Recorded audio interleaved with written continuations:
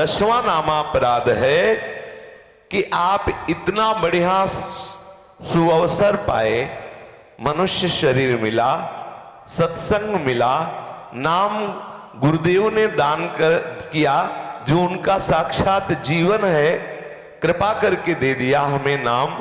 और अब हम नाम का चिंतन न करके मैं मेरे के चिंतन में फंसे हुए हैं। इतना सब संयोग बनने के बाद भी तो ये महत अपराध बन गया।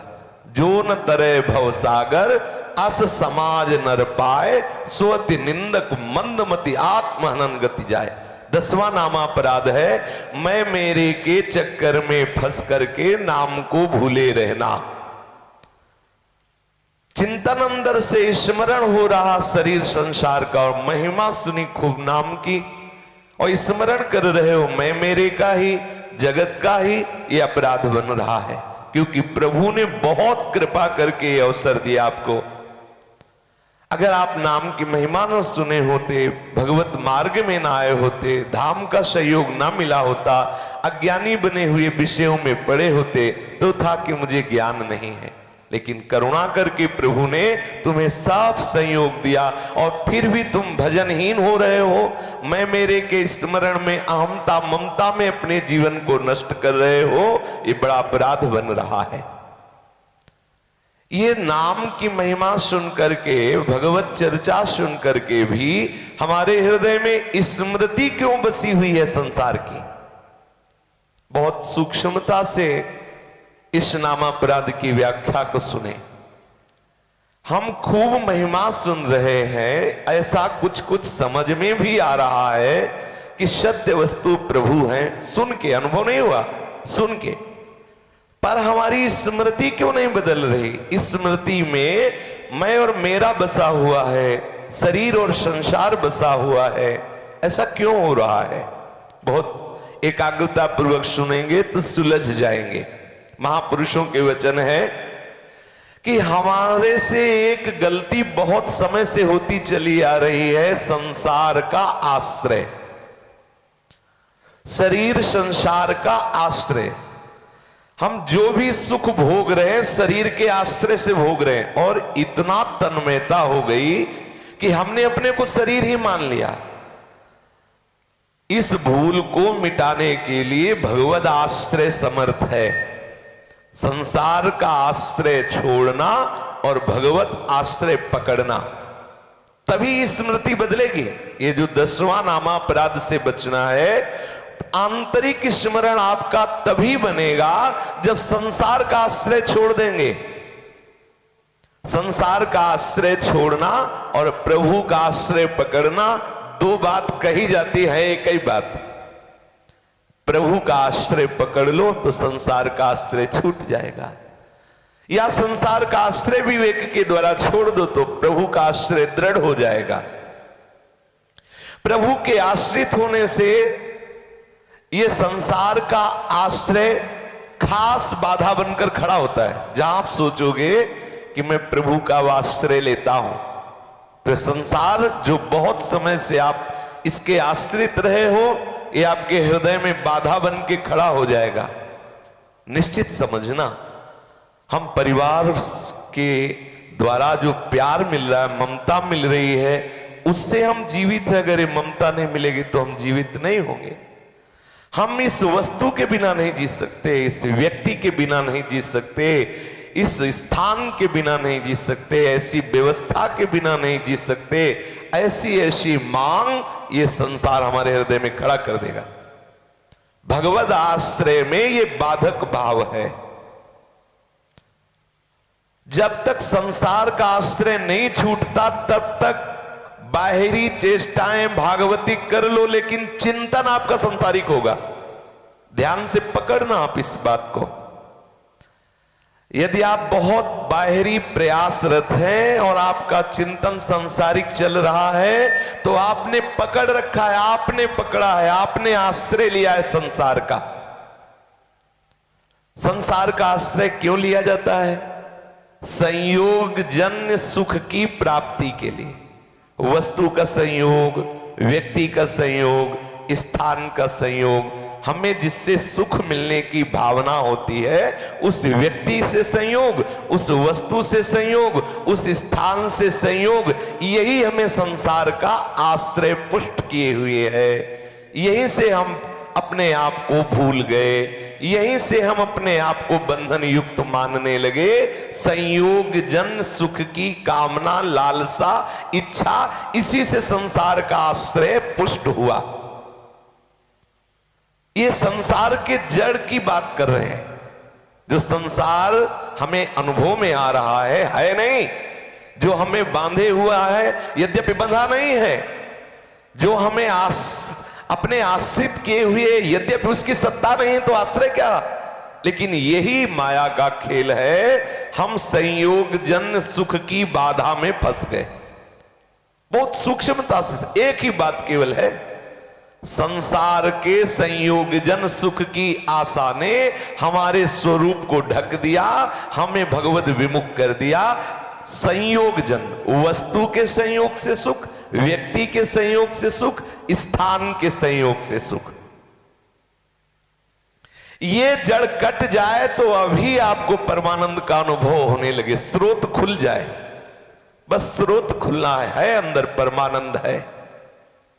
भीतर से ये संयोग जन सुख की लोलुपता और बाहर से परमार्थिक साधन देख लीजिए। खूब शांत भाव से आप इसे देखिए जो चर्चा हो रही। बाहर से परमार्थिक साधन और अंदर से संसार के वस्तु, व्यक्ति, स्थान, संयोग जनित सुख की लालसा। अब भाई अगर ऐसी वृत्ति से आप साधु बन जाओ,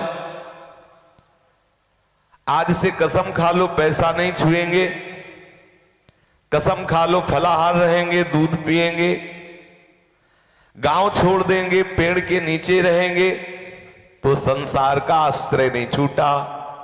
ये बाहरी छोड़ने से क्या बात, यहां अंदर की, ये 10वें अपराध से बचने के लिए अंदर स्मरण की बात कही जा रही है। तो बाहरी तो आपने छोड़ दिया, लेकिन माना आपने संसार के संयोग जन सुख को ही, तो छूटा नहीं, वो नहीं छूटा। आप पेड़ के नीचे बैठेंगे और चिंतन करेंगे, कोई भगत आ जाए दूध पिला दे, चिंतन करेंगे आप जगत का ही, आश्रय जगत का लिए, चिंतन आपका जगत का ही होगा। यह सूक्ष्म विषय है, इसमें तर्क की गुंजाइश नहीं है। संयोग जन सुख 8 रूप धारण करता है। एक शब्द का संयोग, बढ़िया बढ़िया गाना सुने, सम्मान सूचक शब्द सुने, अरे महात्मा बड़े त्यागी, एक लंगोटी में रहते हैं, पूरी सर्दी केवल फल पाते हैं, और शब्द सुना ना और उसका सुख अनुभव किया तो आप उस सुख के संयोग जन्य भोक्ता बन गए। खत्म खेल। अंदर का चिंतन भागवतिक विशुद्ध नहीं होगा। जो हमारे गुरुजन हैं, जब उनको कोई प्रशंसा करे तो उनकी भौं चढ़ जाती है और ऐसे नीचे कर, बहुत कड़वी वस्तु मान लो दी गई। और यहां कोई पीछे से बड़े बड़े त्यागी भजनानंदी, तो एक शीतलता सी होती, और उसका परिचय पूछते आप कहां से आए हो, आया करो आया करो सुनाया करो, ऐसा हमें कानों में सुनाया करो। शब्द ध्यान दीजिए, शब्द के संयोग जन सुख के यदि भोक्ता बनोगे, प्राकृतिक, यहां सांसारिक संयोग जन सुख की वार्ता चल रही है। जो उपासक है वो तो उपास्य, अब एक इधर संसारिक शब्द है और वही शब्द बोला ठाकुर जी की कीर्ति का, और उसे सुनकर प्रसन्न हुए तो भक्ति बन गई।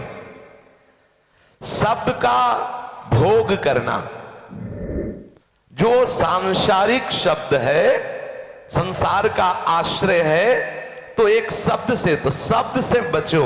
जहां आपके सम्मान का शब्द हो, कोई आपकी बड़ाई कर रहा हो तो जान लेना वो आपका शत्रु है, मित्र नहीं। कोई आपको विष पवावे तो आपका मित्र होता है क्या? वो तो शत्रु है, केवल मित्रता का नाटक कर रहा है। सम्मानम कलयाति घोर गरलम, श्रीपाद प्रबोधानंद सरस्वती जी महाराज। अगर कोई आपका बहुत यश आपके सम्मुख कह रहा तो निश्चित वो आपको गिराना चाहता है, क्योंकि ये सूत्र है। अगर वो अपनी प्रशंसा सुनता है तो निश्चित वो आपको गिराना चाहता है। आपकी प्रशंसा आपको सुना के आपके परमार्थ से भ्रष्ट करना चाहता है। आपको मुंह फेर लेना चाहिए, कभी उसका आदर नहीं करना चाहिए जो आपकी प्रशंसा करता है। हृदय से प्रणाम करके दूरी बना लो। शब्द का भोग मत करो। बाह्य सांसारिक शब्द जो भगवत विमुख शब्द है उसका कभी सुख अनुभव मत करो। संयोग जन सुख 8 प्रकार का। दूसरा है स्पर्श। कोमल कोमल वस्त्र, कोमल कोमल शैया या किसी भी शरीरधारी के स्पर्श सुख की जो वृत्ति हमारे हृदय में है तो हम फंसे हुए हैं। हमारा चिंतन जहां भटकता है वो संसार का आश्रय होता है और वो 8 प्रकार से हमें फंसाए है। दूसरा स्पर्श। अगर हमें कोमल कोमल सुंदर बढ़िया वसन पहनने की आदत है और त्वचा में अच्छा लगता है, सबको अच्छा लगता है, कोमल स्पर्श सुख प्राप्त करने की जो अंदर लालसा है वो आपको बांधे हुए है। बचना होगा। आप लालसा मत कीजिए। स्वाभाविक भगवत प्रसाद से जथा लाभ संतोष सदा काहू सो कछु न चाहोगो। आपके ये अंदर की बात है। आपके अंदर आकांक्षा नहीं है और आपको ऐसे मिल गया वस्त्र, कोई बहुत महंगा मिल गया, कोई फटा पुराना मिल गया, दोनों की आप प्रयोग करो। ना उसमें अच्छाई की बात रहे ना उसमें लघुता की बात रहे। तीसरा फंसाव है रूप का। सांसारिक जो बंधन है रूप का। हमें जगत में अगर कोई रूप अच्छा लगे तो तत्काल भावना बदलनी चाहिए कि मेरे श्री कृष्ण का प्रकाश है इसलिए सुंदर है। क्योंकि सुंदरता के समुद्र प्रभु वही जहां अपने अंश से प्रकाशित होते हैं तो वही सुंदर लगता है। अगर वो अंतर ध्यान हो जाए तो कितनी भी सुंदरी हो, कितना भी सुंदर हो, जला दिया जाएगा। कहां गई सुंदरता? सड़ने लगेगा, सड़ने लगे, कीड़ा पर जाएंगे, नजदीक कोई नहीं जाएगा। श्री कृष्ण की सुंदरता है। तत्काल भावना करो। किसी भी रूप का भोग मत करो। सामने से तो नहीं देखते लेकिन छुप के खिड़की से बाहर देखते हैं। क्या होगा? अंदर तो आप उसका भोग कर रहे हैं रूप का। अरे रूप समुद्र का भोग करने के लिए निकले हो। प्रियालाल के रूप की भावना करो। देखो माई सुंदरता की सीमा, कैसी सुंदर प्यारी जो है। सुंदरता समुद्र, लाल जो आसक्त चित्त है, ऐसी सुंदर प्यारी जो, ऐसे सुंदर प्यारे जो। सांसारिक किसी रूप में फंसाव ना होने पावे, क्योंकि संसार 8 प्रकार से हमें घसीटता है। शब्द, स्पर्श और रूप। फिर है रस। ये जो नाना प्रकार के खान पान के हमें रस घसीटते हैं, बांधे हुए हैं, खट्टा मीठा चरफरा ऐसा वैसा, ये हमें अंदर से चिंतन नहीं होने देता। यदि मुझे प्रभु का नाम, प्रभु का रूप, प्रभु की लीला, प्रभु का धाम ये मीठा लगने लगता तो ये सांसारिक रूप क्या मुझे घसीट सकता? सांसारिक वस्तु स्थान क्या मुझे घसीट पाता? क्या सांसारिक रस मुझे घसीट पाता? आहा, ये हमें तभी तक घसीटता है जब तक हमें प्रभु मीठे नहीं लग रहे। जब तक हमें भगवदानंद का अनुभव नहीं हो रहा तभी तक हमारी दुर्दशा है। यदि मुझे प्रभु का नाम मीठा लगने लगे, प्रभु का रूप प्यारा लगने लगे, प्रभु का धाम प्यारा लगने लगे तो किसकी सामर्थ्य है कि उसके चित्त को सीम की चाप सके को उतासो। बड़ रखवार रमापति जासो। स्वयं प्रभु रक्षक बनकर उसके हृदय में बैठ जाते हैं। कोई भी इंद्री, कोई भी मन की वृत्ति उसे संसार में नहीं फंसा सकती। हम सांसारिक रसों में फंसे हुए हैं। गोस्वामी जी कह रहे हैं, नवरस सटरस अनरस हुए जाते सब सीठे।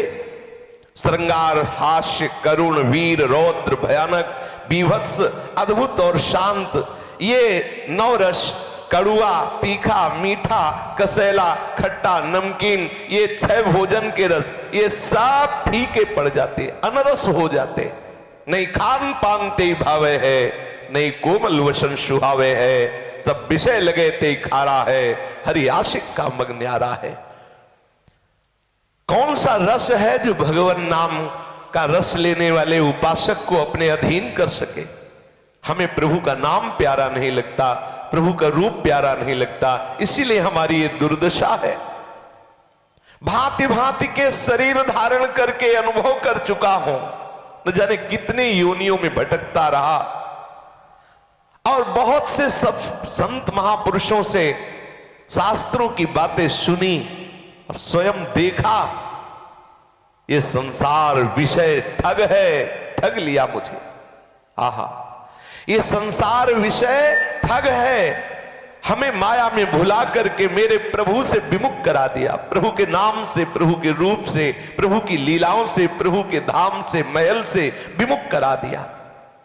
यद्यपि ये मैं अपने जी में अच्छी तरह जानता हूं, तथापि कभी स्वप्न में भी इनसे तृप्त होकर मेरा मन उकताया नहीं। कैसी नीचता है मैं जानता हूं, स्वयं बहुत सी योनियों में भोगा, संतों से सुना, शास्त्रों में पढ़ा, और ये सब देख रहे हैं कि सत्य नहीं है, केवल भ्रम है। पर कैसी नीचता छाई हुई है, प्रभु के नाम में प्रीति नहीं हो रही, रस नहीं आ रहा।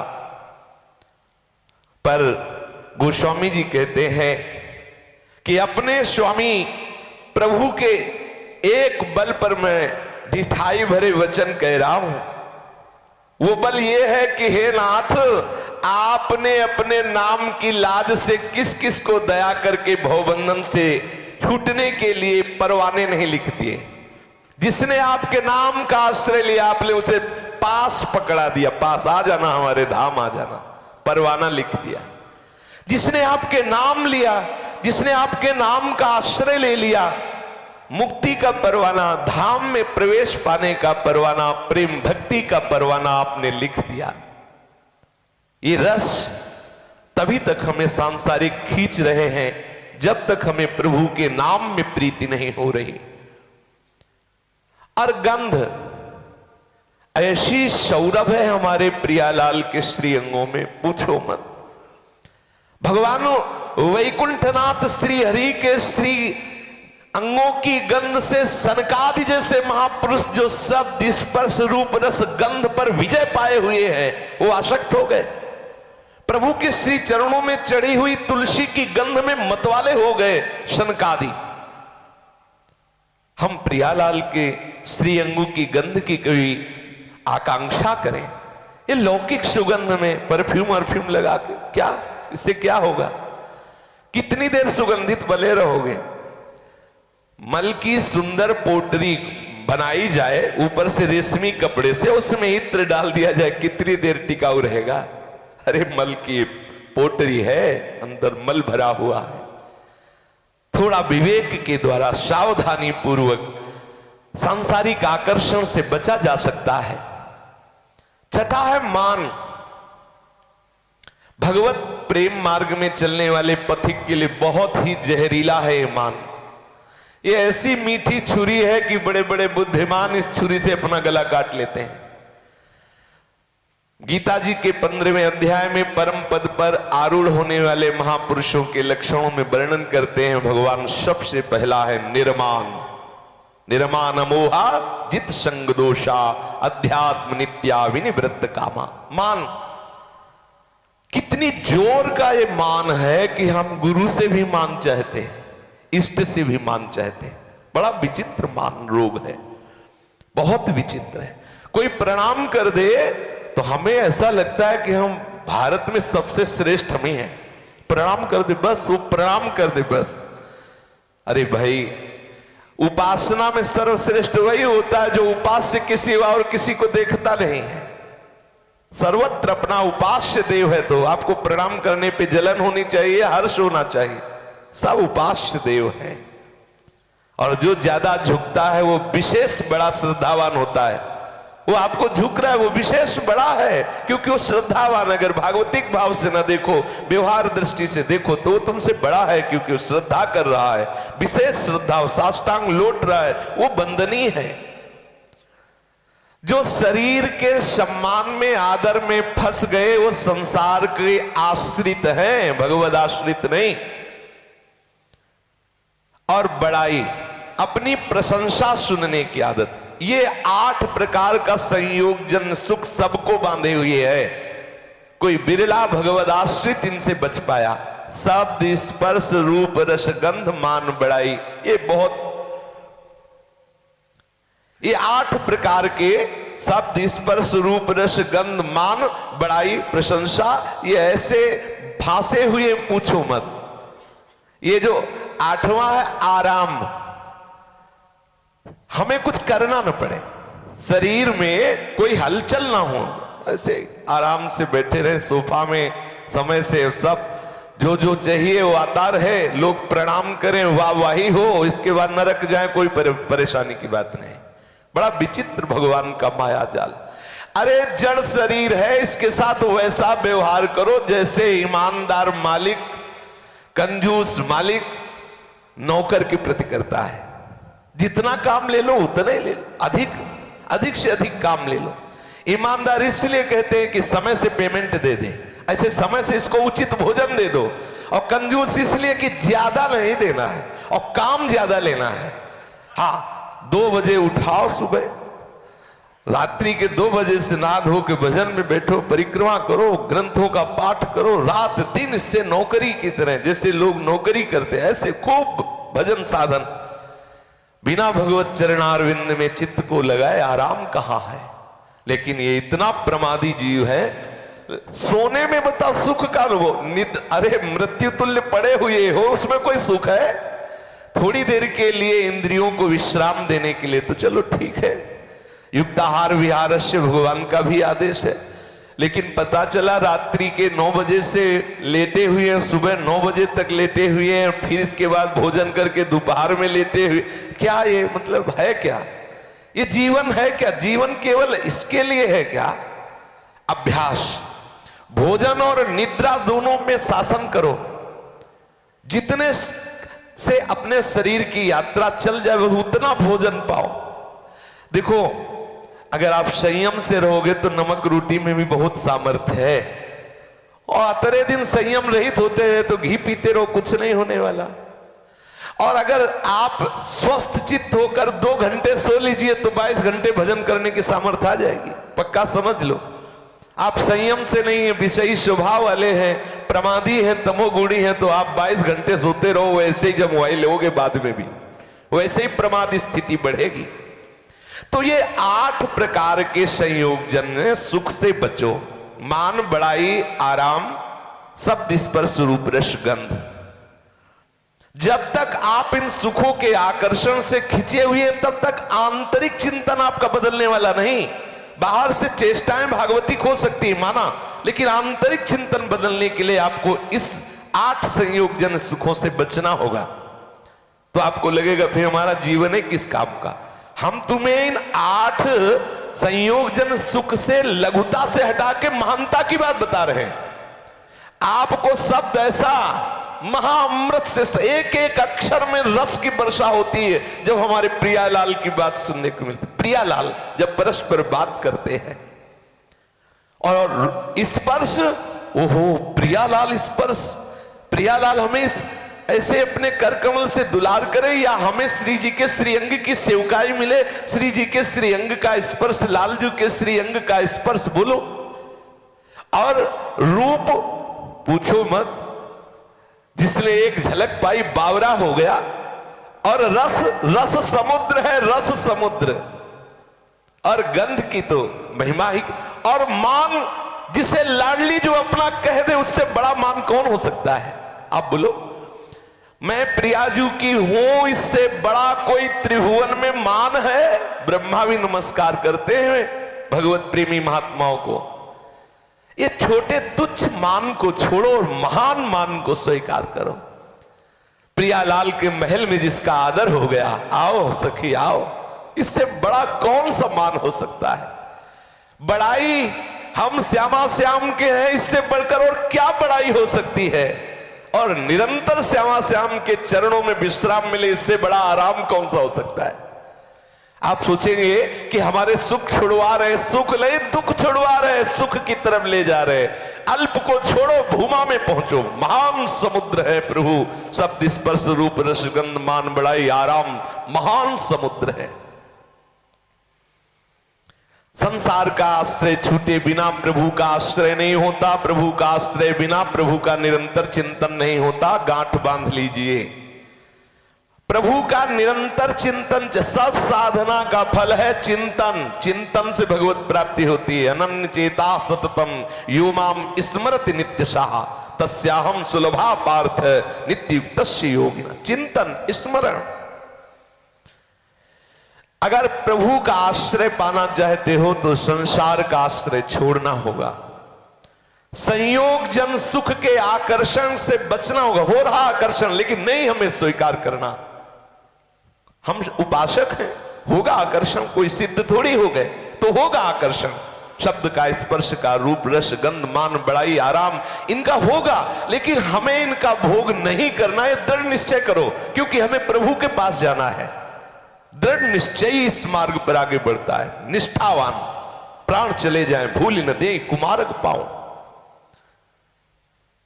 केवल भगवत आश्रय की जब आपके अंदर लगन आ जाएगी तो आप में वो विवेक आ जाएगा, वो सामर्थ्य आ जाएगी, जिससे आप संसार का आश्रय छोड़ देंगे। कुछ अच्छा ही नहीं लगेगा, निश्चित मानिए। जिस समय लगन लग जाती है भगवत आश्रय की, मुझे प्रभु के चरणारविंद का प्रेम चाहिए, विषय भोग निद्रा हंसी जगत प्रीति बहुबात, ये सुहाई ही नहीं देती। नारायण हरि भजन में ये पांचों न सुहात, अच्छा ही नहीं लगता।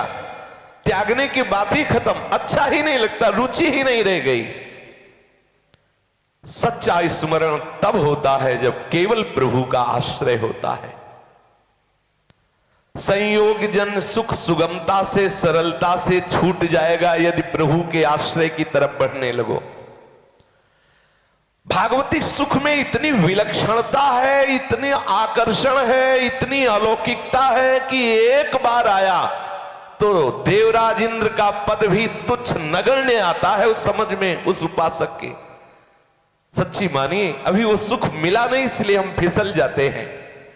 पर आप इतना विश्वास कीजिए, जैसे बड़ी अन्न राशि प्राप्ति के लिए छोटे से अन्न के दाने वो फेंकता है किसान, फिर उसी से बड़ी अन्न राशि मिलती है। तो आप इन तुच्छ सुखों का त्याग कीजिए तो महान परमानंद में सच्चिदानंद सुख समुद्र को प्राप्त हो जाएंगे। आपके सुख छीने नहीं जा रहे, आपको महान सुखी बनाने के लिए शास्त्र और संत महात्मा जन ऐसी स्थापना कर रहे हैं कि सांसारिक संयोग जन सुखों का त्याग करो तो भागवतिक संयोग को प्राप्त हो जाओगे। संसार के सब सुख फीके लगने लगते हैं। जहां उसे प्रियालाल के थोड़ा सुख का अनुभव हुआ, थोड़ी आनंद की स्फूर्ति हुई, छूट गया। संसार का राग, संसार का आकर्षण, संसार का भोग अपने आप छूट जाता है। प्रभु की चरणारविंद की भक्ति में अपार सामर्थ्य है। शुद्ध विवेक प्रकट होता है और विवेक के द्वारा एक मिनट नहीं लगता। जहां आकर्षण हुआ वहीं वो विवेक काट देता है।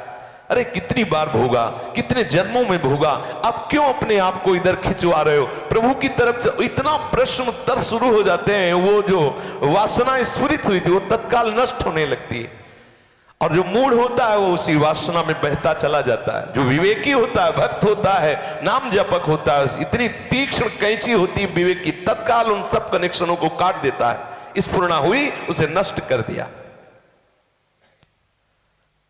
भगवत संबंध प्राप्त करने के लिए कोई भी दूसरा आश्रय न रह जाए, ऐसी चतुरता अंदर से, ऐसी विवेक वृत्ति अंदर से बढ़ाओ। किसी का भरोसा नहीं, किसी का आश्रय नहीं, किसी का बल नहीं, किसी से आस नहीं, एकमात्र अपने आराध्य देव पर। यह अंदर की बात है, अंदर की।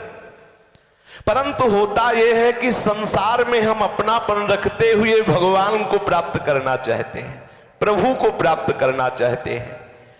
वास्तव में संसार के साथ अपनापन रहता नहीं, ये निश्चित बात है। जन्म से पहले हम जिस परिवार में जन्मे थे, हमें अभी इस समय क्या मतलब है उससे? वहां आग लग रही हो, सब भूखे मर रहे हो, हमारे लिए तड़प रहे हो, हमसे क्या मतलब है? अभी हमारा ये जो नया जन्म हुआ, इसके पहले भी हमारा जन्म हुआ था, हम किसी परिवार में थे, क्या थे पता नहीं, और हम कौन कौन कहां कहां कोई मतलब नहीं, बिल्कुल याद भी नहीं। आज हम जिस कुटुंब के साथ हैं, कल जब नया जन्म होगा तो इसके साथ भी वही बर्ताव हम करेंगे। हमें याद भी नहीं आएंगे, न माता, न पिता, न पत्नी, न पुत्र, न परिवार। ये माया की चाल को समझो। हम जिन रुपयों के गर्भ में फूल रहे हैं, ऐसे कितनी बार बैंक में जमा करके मर चुके हैं जिनका पता भी नहीं है। कितनी बार बैंक में फूल गई होगी, संसार में जन्मे होंगे, कितने भोग इकट्ठा किए होंगे कि अब बड़े आनंद से भोगेंगे, लेकिन मर गए, फिर नया जन्म हुआ, फिर वही शुरू कर दिया, भोग एकत्रित करेंगे, बाद में भोगेंगे। बहुत विचित्र दुर्दशा है हमारी, बहुत विचित्र दुर्दशा है। प्रतिपल हम सुनते हैं, पर आकर्षण संसार का हमें घसीट के खड़ा कर देता है। यही सोचते हैं सब भोग सामग्री एकत्रित, तो फिर आनंद से, फिर वो आनंद का समय आता ही नहीं, वो काट देता है। काल भगवान हमारी सब मनोरथों को काट देते हैं। एक संत भगवान के पास एक गृहस्थ गए, महाराज बहुत गरीब हैं, कृपा कर दो। तो उनको कहीं से पारसमणि मिली थी, उन्होंने कहा कि भाई ये पारसमणि है, ले जाओ, 7 दिन के लिए देते हैं, 7 दिन बाद हम इसे ले लेंगे वापस। महाराज इससे क्या होगा, जितना लोहा चाहो सोना बना लो। हाँ ठीक है, बड़ा आनंदित हुआ। घर गया, पत्नी से कहा कि अब कोई दुख का अवसर नहीं आएगा, अब सुख ही सुख होगा, क्योंकि महात्मा ने पारसमणि दे दी है, अब इसको हम सोना बनाएंगे लोहे को स्पर्श करा करके। बोले हमें बनाओ, अभी बना के। बोले नहीं, पागल हो, पहले हम लोहा इकट्ठा कर लेते हैं, अब इकट्ठे छुआ देंगे, सब सोना ही सोना हो जाएगा। अब पहले खेती बेच डाले हैं, सब जो और भी है वस्तुएं, उनको बेच करके, और उसने कबाड़ भरना शुरू किया, यहां से कबाड़, वहां से लोहे का कबाड़। अब खेती बेचने में, कबाड़ भरने में वो 7 दिन पूरे हो गए। अब वो सोच रहा था कि हम 7 दिन में सब इकट्ठा करके छुआ देंगे। उसको इतना कोई था नहीं कि महाराज बिल्कुल जिस टाइम दे उसी टाइम के अनुसार 7वें दिन आ जाएगा। आ गए संत भगवान, लाओ 6 मणि। अरे बोले महाराज अब जो कुछ था वो सब बेच के लोहा ले आया, छुआ ले। बोले 7 दिन हो गए, 7 दिन के लिए वापस करो। जो था वो भी बेच के कबाड़ इकट्ठा कर लिया, हाथ कुछ लगा नहीं, पारसमणि महात्मा ले गए। ऐसे ही भगवान करुणा करके हमारे को नाम रूपी पारसमणि दी है, लेकिन हम ये श्वासें बेचकर कबाड़ इकट्ठा कर रहे हैं, संसार की भोग सामग्री। काल भगवान आते हैं, बोले चलो, बोले बस थोड़ा सा अवसर, बोले नहीं, तुरंत चलो, अब दस्तखत का भी समय नहीं।